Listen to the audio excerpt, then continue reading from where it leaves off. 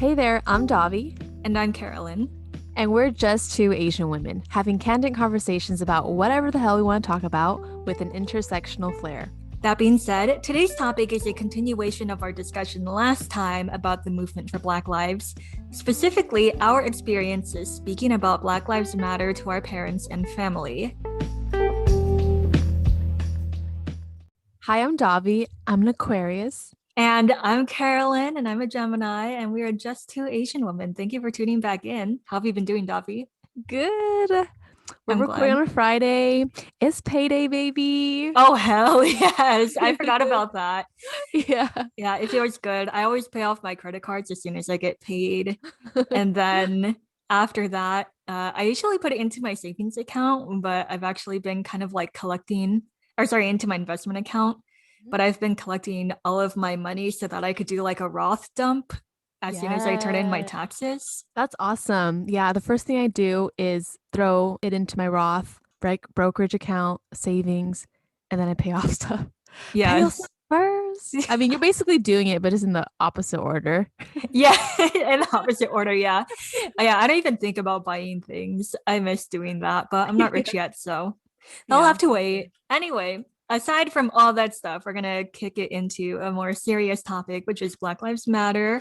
Some of Hmm. you might have heard of it. So, last Yes. time we talked about like our general feelings about Black Lives Matter. It was positive, by the way. We are Mhm. totally down for the movement. In case you didn't listen to that episode, but you totally should.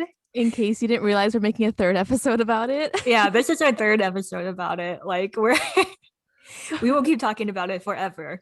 Yeah. And our second episode about it was about how we kind of like talked about Black Lives Matter to our friends and online peers. And now we decided to take time to make a separate episode to talk about Black Lives Matter in relation to our parents and family. That being said, Davi, what's going on with you? Did your parents receive like the movement well or what? Hell no. Yeah, I'm sad but not surprised. Yeah. So just to give you context, I'm Cambodian American. Um, and my parents nor did my aunt or uncle take it very well. I'll just give you a quick story about how it went with my parents. They kind of had suspicions that I was going to protest already because I've been packing in my backpack, but like not going hiking, you know. Mm, And when I came back, or I was gonna go to one, and my parents were like, "Where are you going?" And I was like, And I wanted to be honest with them because ever since I was a kid, having to sneak around because they were really strict, mm, I lied a lot and was really bad at communicating. So I was like, you know what? same. Yeah, yeah. Let me just tell them. So I told them, hey, I'm going to a protest. I said in Khmer it's called Batakam, and they're like, what? I was like, oh no, no, no. Actually, they were later. They were like that. My dad was like, Davi. He was pleading with me. He was like, Davi, don't go. Like, you might get hurt. Blah blah blah. So I thought he was caring about me and maybe just what might happen in the movement. Yeah. And then I was like, no, I'm fine. And my mom was like, okay, well, when you go to jail, like, we're not gonna help you. And I was like, that's fine. I have enough for bail. Like, Uh-huh. and then they got angry. Then they got angry. My dad was like, "You know what? You can go." And I was like, in my head, I was like, "Really?" And he was like, "But don't come back." I was like, "Oh my god." Damn. Yeah, and I cried later. Wow. That's so mean. He's like, I Yeah, hope you get shot in the street, Davi. You deserve it. Like the fuck? I know. Like, Uh, bitch, I hope you get pepper spray. I hope you I learned your get lesson. Maybe that'll teach you something, Davi. Oh my god. I hate that. I'm sorry that happened. We laugh, but that's actually really sad. Yeah. I'm I sorry. No worries. I was just really upset because I just felt I feel so passionate about this movement for liberation. And in my head, I'm confused that my family or my parents aren't making the connection of how like they literally like escaped a communist regime where they had no voice and like they were being killed. And not that it's the same as BLM, but it's in the nature of oppression and violence. Mhm. Yeah, people being killed, but on the scale of genocide. Well, actually, people like say it's like a black genocide, you Yeah. know. But yeah, I was just upset, and I know it wasn't personal, but just given the situation, and I'm trying to do everything I can, I was just like, Man. Yeah. How Yeah, and Mhm. to touch on that point, like the disconnect between the fact that they escaped like Cambodia so that the fucking state sanctioned murder would not happen to them. Like I would agree on the point that it's not as overt in Mhm. America, but it's still obviously happening in my mind. And I think in most other Yes. people's opinions as well. Mhm. Opinion, I would say it's more like a statistical fact at this point, right? So, but I feel like that touches in on like a lot of information manipulation online, especially on the side Absolutely. of like the alt-right, Mhm. and how they skew like literal movements for liberation as some type of Antifa communist uprising, right? Right? And let me tell y'all, Davi's parents are from Cambodia. My parents are from Laos. Right. They're nearby neighbors. They Mhm. all were taken over by communists, and our parents both left because of the communist shit happening over there, right? Mhm. So when they hear the C word, they are gonna get Triggered. very, they're gonna get upset, because I mean, I don't mean to speculate on my parents' mental health, but like, I'm sure they were very sad. I would even say maybe like even a little traumatized having to leave their whole ass home, people they know dying, killed, going to concentration camps. So when they're online and they're being fed this information by their friends, so people that they trust, Mhm. and the internet, like they're not savvy with it. They're not going to be like, let me go research this peer-reviewed paper to make sure that this is all correct. Where is this Mhm. coming from? They're not going to do that. They're going to be like, Right. oh my God, all of my friends are saying this is a fucking communist uprising. I don't want to go through that again. And the fact that my child is doing this after the communists did that to me and now my child is a communist. Oh, hell no. I Right? send her to jail, I you know. know? I feel like I've said this before in a previous like episode, but one Uh. time I was just talking about like just regular like leftist things or whatever. And then my dad was like, "You would be a really good communist leader." You know that, Carolyn? And I'm like, coming from you, I know that's not a compliment, you fucking bitch. So but that's in no way to excuse the fact that like your dad said that to you, obviously.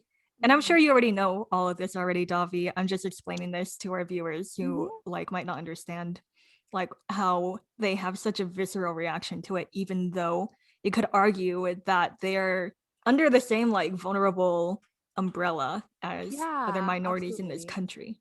Absolutely. But because of the media and the conversations and popular culture we have, it's really they don't associate themselves to be closer to black people. If anything, we're closer to the SES of black people and then we are of white people or rich white people, I guess. But anyway, how Yeah. did your parents react? I don't quite remember the stories. Uh, well, my mom was super mad that my sister was going to protest. Well, first of all, did I tell them I was going to protest? I feel like I was already on my way out the door and I was like, bye, I'm going to protest. And they're like, what? And I'm like, I'll text you. And that was that. But they don't need to know. Right. I told other people who would probably come help me if I get into any trouble, like Tito, who's my fiance. But when my sister went to go to a protest, she was dressed in all black. She had the signs, she was down for it. She was gonna do her thing. My mom was all like, she's basically like, what the fuck are you doing? Mm. You fucking idiot. You that's what my mom was like, right? My dad, I would say he's more reasonable. Okay, like I love both my parents. They're great. They supported me in most other aspects. Mhm. But my mom, she was not down for that shit. She was like, "Oh, fuck no, I didn't leave America. No, I didn't leave Laos for this shit." that's that's how that happened. My dad was more reasonable, I would say. He was like, "You're going to a protest?" And I'm like, "Yeah." And he's all like, okay, text me if anything happens." And I'm all like, Aw. "Yeah, sure, I'll be fine." I feel like I see my dad as a more like logical person. Like I'm already gone. Like what is he supposed to do? Right. I feel like that has to do with the fact that I've like left the house before to go live on my own Right. without his permission. He knows that if I'm gonna go do something, like I'm probably gonna do it no matter what. He didn't have an ego. That was gone a long time ago. Yeah, I feel like he's not that he's more accepting of you. Maybe he is. I don't know.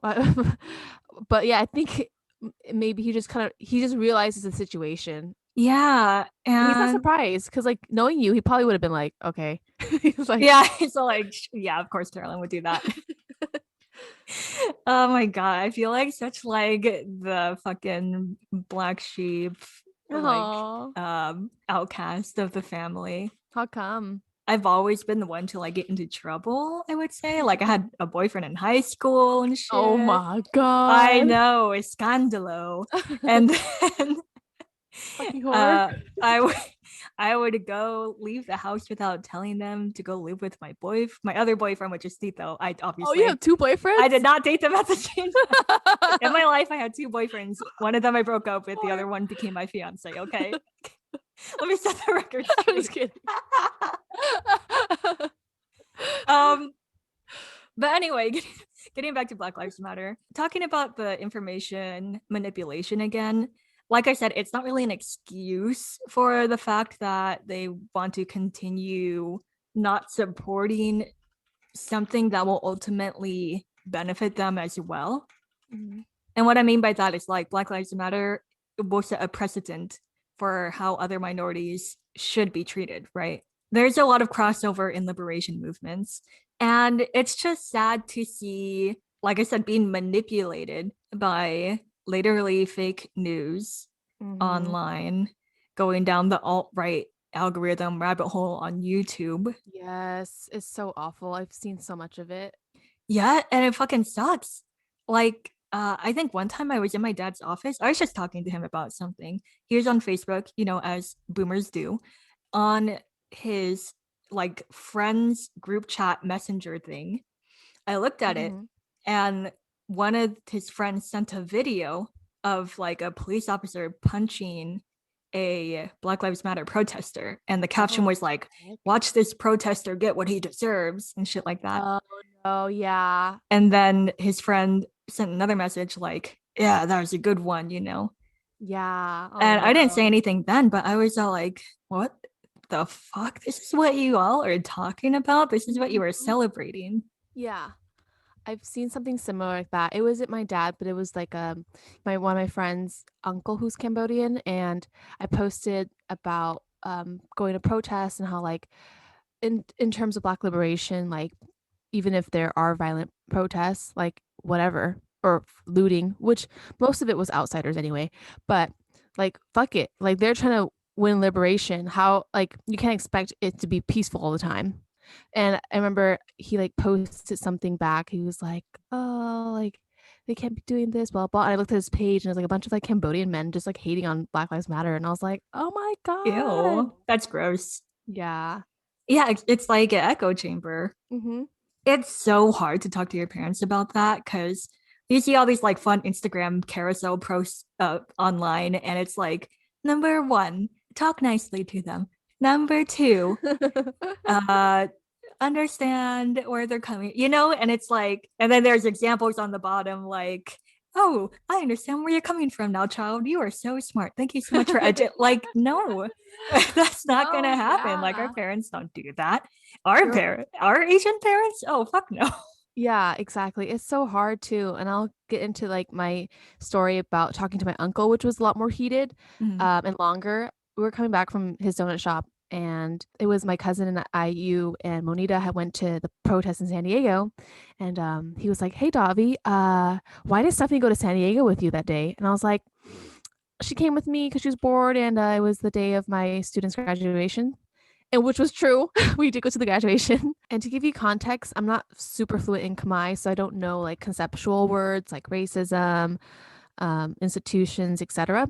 So he was like, "Okay, good. Like you better not have taken her to the protest." And I was like, "Oh, what? Why are you like against it, or why are you so angry about it?"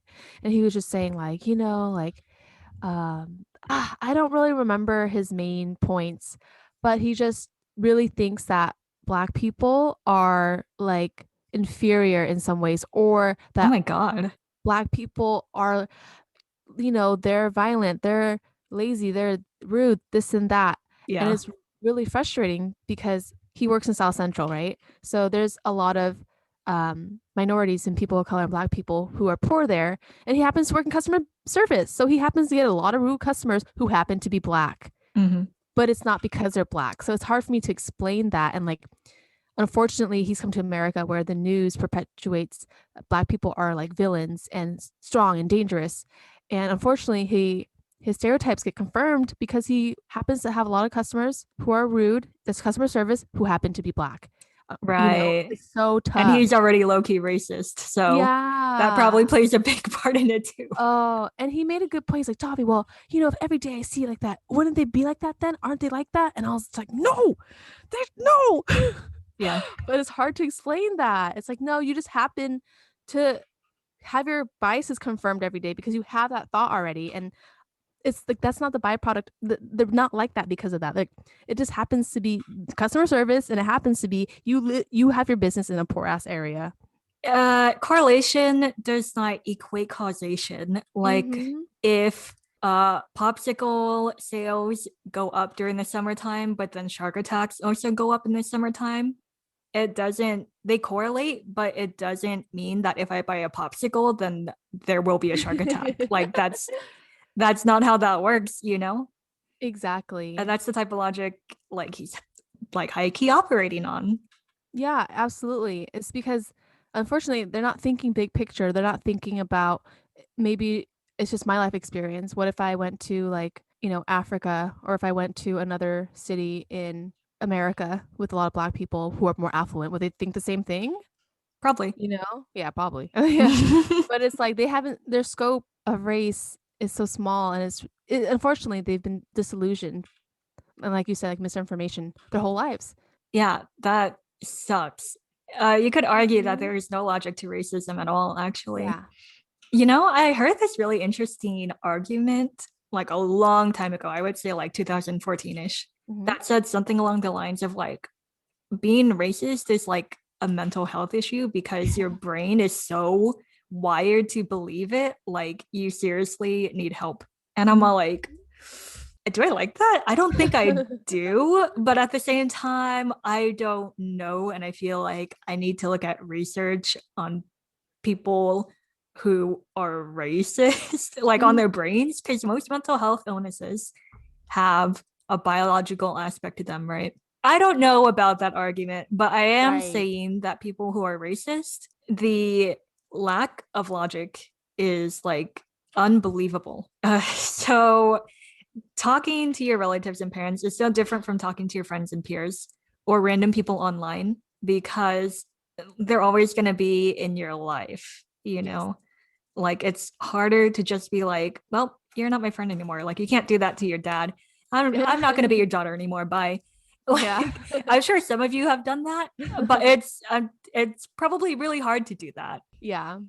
And it I- also is like you probably love them too. So you're all like, oh, this is so conflicting, you know? it is because I know they're good people, but it's like they have this really big flaw about them, and I'm like, Really big flaw. shit. Yeah, that racism thing that you're doing, that's a problem. I would say if you're trying to talk to them, and you totally should, by the way, because like I feel like a lot of people are like, oh, they're just old, they're a product of their times. When they die, and their idea is gone. But I don't know. Your parents talk to a lot of people, so they're spreading their Yes. bullshit everywhere before they Right? die. They still got So, decades. They still got a few decades. oh yeah, they're gonna be alive until they're like at least 100, you know? Yeah. So it's better to kind of like, in my opinion, it's better to talk to them. And you absolutely should talk to them, right? I feel like you need to, if you want to have a conversation with them, you need to like have goals on what you want to achieve in your conversation. But also you have to manage expectations, right? Like maybe Right. you want to go and have a convo, and you're maybe in your head, you're like, my goal is to turn them into a fucking anarchist and have them uh do this and that and run mutual aid funds with me and go to protest. That's when the managing expectation parts come in because like, are they actually gonna do that? No. Right. If they do, like, wow, amazing, good for you. But Yeah. they're probably not going to do that. Yeah. I would say, like, for example, a good expectation to have is like, I need them to just support me. Yep. Like, they don't need to understand this big institutionalized and systematic racism thing. They don't need to know how it's a collective generational trauma amongst Black Americans or Black people in general, and also white supremacy, blah, blah, blah, all that stuff. Mhm. Like, it'd be great if they knew that, but that's not going to happen in one conversation. Exactly. So that conversation I had with my uncle, I think I just wanted to see his opinion on it because he's definitely he's definitely a reasonable person, but not that. I learned. Got home and I just was like, like I really, really respect you, but I have to disagree with you, and I'm still gonna do what I want and go to protest. And I was just like, Mhm. that was it. But As we you just, should. yeah, it was a few awkward days, but it was fine after that. Yeah, and I'm glad that you tried too, because like, and I would say a surprisingly high percent of it is like you finding out that they actually are like kind of racist, Mm-hmm. and you're like, oh my god, why? Why couldn't you make this easy for me and like just to be a good person? Right. But because you love them, you could put in the effort into educating them. Yeah, exactly. Like with my mom before Black Lives Matters, sometimes she would say racist things, and I'm just like, Mom, I try to slip in some facts and try to have her, think about it. Same with this is a little bit off topic, but like homosexuality, she thinks like it's a choice, and I was like, Mom, Mm. I was like, it's not a choice. I was like, like why would someone choose to be like discriminated against or like killed? You Yeah, know? I would say, yeah, conversating and educating them is great. And you should also try not to lecture them. Mm-hmm. Uh, you could argue that is maybe potentially tone policing you, but at the same time, I feel like if you lecture them, they're not going to listen to you because a lot of parents have a big ass ego. Yeah. The biggest ego in the world belongs to motherfucking parents. And they're all like, you, a literal child, lecturing me? Exactly. I birthed you. And you're all like, good for you, mom. Anyway, so I would say it's not good to lecture and better to have conversations like open-ended questions, excuse Mhm. me, kind of like understanding where they're coming from. They will be ignorant as fuck, but eventually they will come around. That's in a good case scenario. Yeah. Other times you will just have to take the L, which is Yes. lingo for yeah, which means that something bad is going to happen and you just need to accept it because like the amount of effort you would need to put in to make it a win would be so catastrophically like so much work for you, it's not even worth it. Exactly. And for example, like I'm going to talk about my mom and dad again, love them, but in this case, questionable, very questionable. So what's an example of like having a conversation with somebody? Like I said, I feel like my dad is more reasonable and he like actually listens to me for some reason. I love that, by the way. And he'd be like, well, why is it that no one talks about black on black crime? Like that's something he would say, right? Mhm. And it's like, okay, you know what? Interesting point, Dad. Very interesting point. So actually, it's because blah blah blah blah blah. Most people kill within their race anyway. Blah blah blah blah blah. And that being said, he's all like, oh, that makes sense because Cool. he listened to me, right? Now I can't say that we agreed on every single point, right? Right. But I feel like that was an example in which there was a win out of it. I was like, yes, I was able Nice. to Yeah. That's correct something without literal hostility coming my way. Now, yeah, just a versus, conversation. yeah, Versus your mom. now versus my mom, which, holy shit. She is a fucking steamroller. Like, you talk to her, you mention anything political, anything. She thinks she has a fucking PhD in every situation.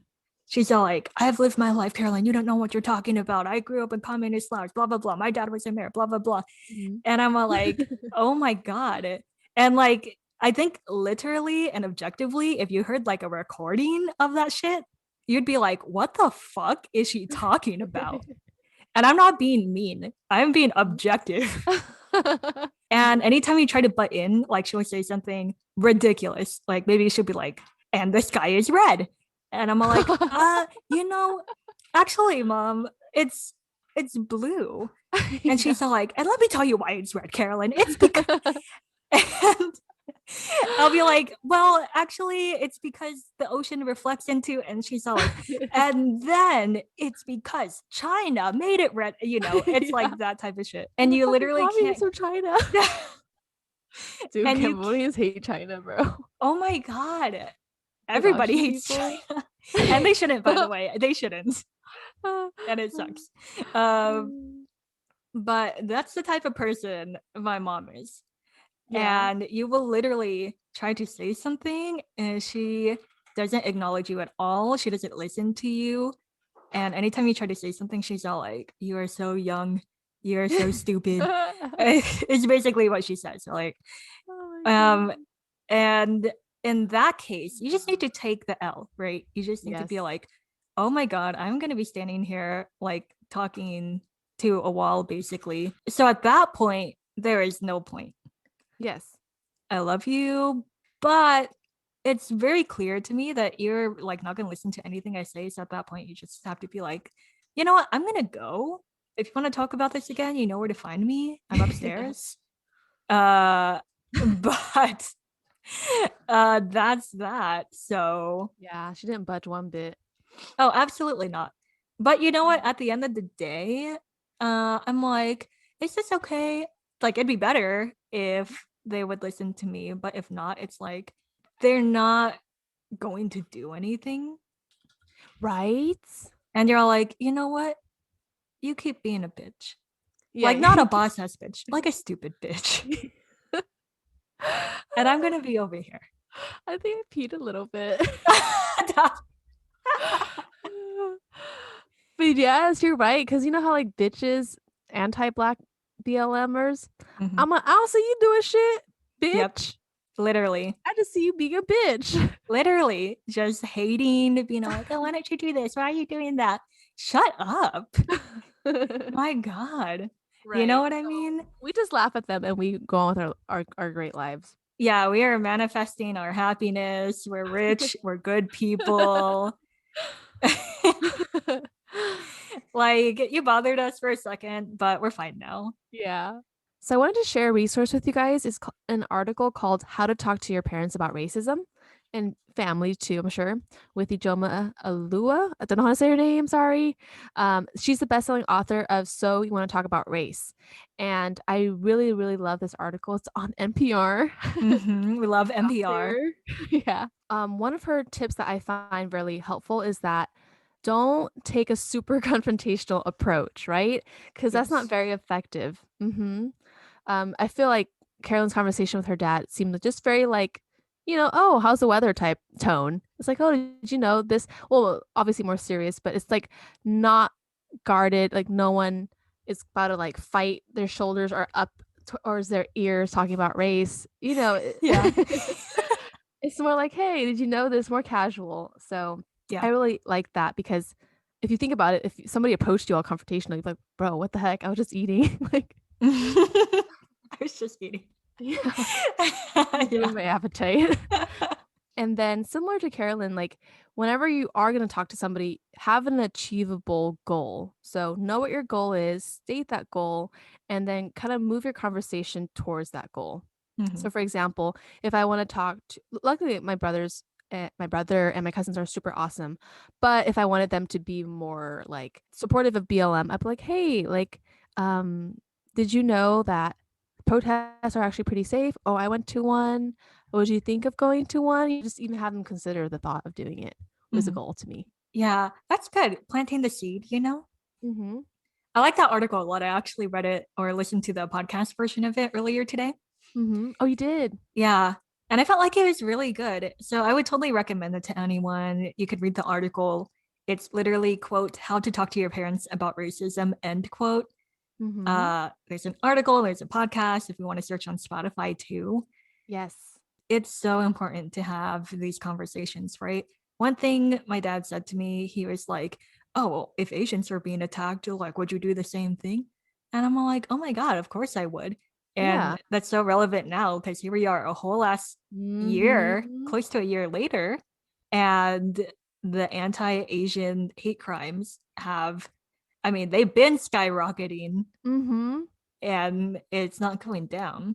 Yeah, I saw that hate crimes have been increasing since like 2017. The Yes. FBI like reported it, you guys. Like, this is no fucking joke. So it's really disheartening to see the violence hits so close to home. Yeah, we'll definitely have an episode about Mhm. that later. But for now, we are going to focus on Black Lives Matter because they deserve our attention as well. Yes. As Mhm. humans, we have the ability to focus on more than one thing. So don't come for us, okay? Yeah.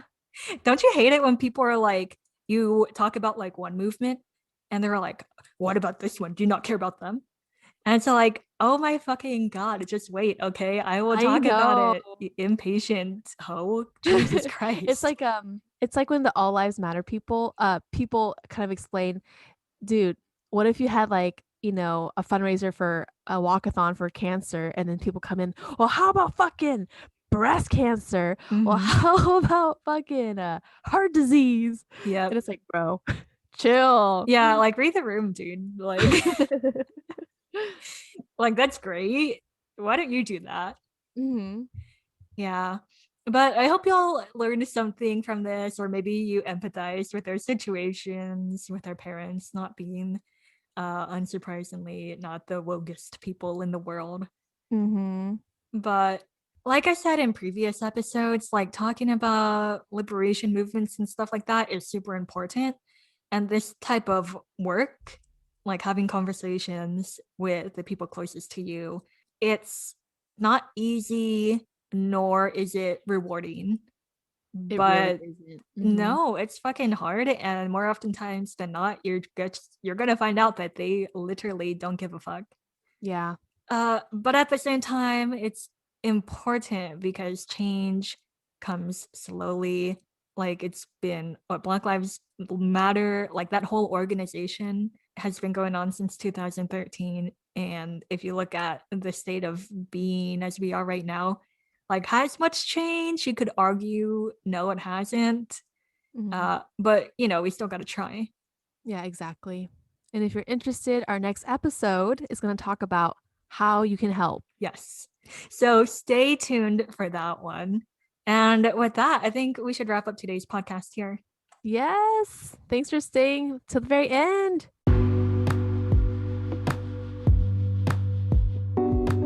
We want to hear from you. Have you had conversations with your parents or family members about Black Lives Matter? And if you haven't, what's stopping you? Genuinely curious. You can contact us at YouTube or our email justtwoasianwomen@gmail.com and listen to us on Anchor FM or Spotify and message or email us. Yes, please do. We love hearing from you. And thank you so much for listening to our podcast. If you enjoyed it, please consider sharing it with your friends, family, your dogs, anyone really. That would be super awesome of you. And you'll hear from us again next week. My name is Carolyn. And I'm Davy, and we're just two Asian women. Women. Yeah.